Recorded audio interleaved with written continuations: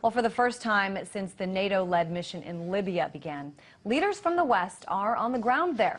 British Prime Minister David Cameron and French President Nicolas Sarkozy are there in a show of support, where they have pledged to keep up the NATO bombing until the last of the Gaddafi loyalists have surrendered. Now, based on some of the footage that we've seen, it appears that could be soon, with the National Transitional Council appearing in control and with Tripoli rebel hands also in control. But RT has a correspondent on the ground as well in Libya, and she joins me now to give us her perspective on what is actually happening. Maria Finoshina is in Tripoli. Maria, I guess I want to start with this latest news today. British Prime Minister David Cameron and French President Nicolas Sarkozy in Libya. What have they been doing, and has anything come out of their meetings with the NTC? Well, Christine, British Prime Minister and French President here in Libya, as you said, indeed, to show their support for the National Transitional Council, Libya's new authorities, financial, political and, of course, military support.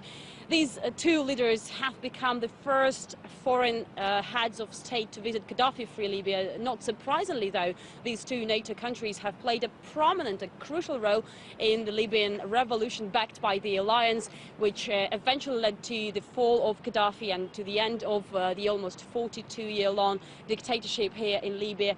These countries were those pushing for a NATO action, actually for a military operation here in Libya to protect civilians against Gaddafi troops in February. A French warplane was the first to fly in the air campaign here in Libya to endorse a no-fly zone over the country. The helicopters and the fighter jets of these countries, together with other countries from NATO, had been bombing Gaddafi's military facilities throughout Libya for 6 months, and France became the first country to recognize the National Transitional Council as Libya's new legitimate authorities. Speaking here in Tripoli, both Sarkozy and Cameron have emphasized that their countries will continue helping the National Transitional Council, supporting the rebels.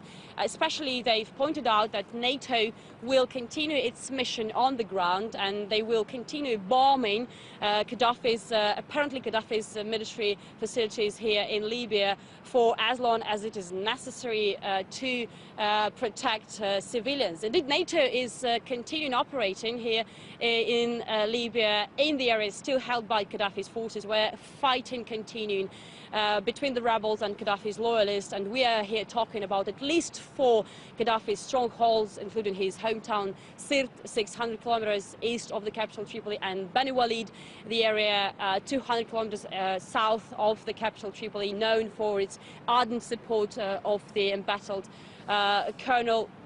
Actually, many are very skeptical about this mission, saying that it's no longer aimed at protecting civilians actually in Libya, but rather as the one aimed at helping the rebels take control of the rest of the country. They are virtually controlling the majority of the country, but there still remain several pockets, at least 4, as I said, held by Gaddafi's forces. And this skepticism is shared by Russia, actually. That's Russia's foreign ministry has announced on Wednesday that it will call for a no-fly zone over Libya to be lifted, as they see no need in that since the rebels took the capital Tripoli, and the National Transitional Council is officially controlling the situation and is legitimate power here in Libya.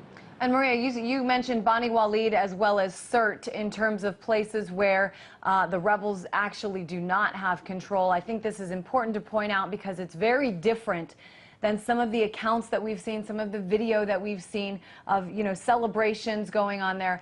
Talk a little bit about the fear that still exists on both sides, and also your take on the National Transitional Council, and to what extent you think that they are a unified front. Indeed, you're absolutely right. The timing of this visit is very strange because it looks like the two leaders came to Tripoli, to Libya, to take part in celebrations of the rebels, while fighting is still continuing and people are still dying from both sides, as you've just said, indeed. But even more interesting is that not only throughout Libya there still remain pockets of Gaddafi loyalists, but here in Tripoli, in the capital, this city looks pretty much divided right now.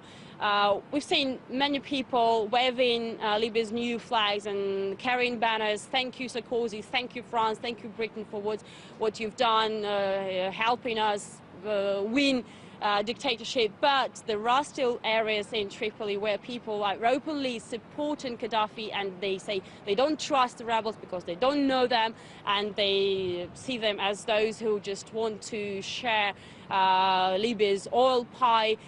So situation even here in Tripoli is very complicated. That's why some skeptics say that all this celebration and even this visit by Cameron and Sarkozy here to Tripoli is a little bit premature. Really interesting stuff. A divided Tripoli, that's something that I'm not seeing or hearing elsewhere. I do want to thank you for sharing. RT correspondent Maria Finoshino with the latest from Tripoli.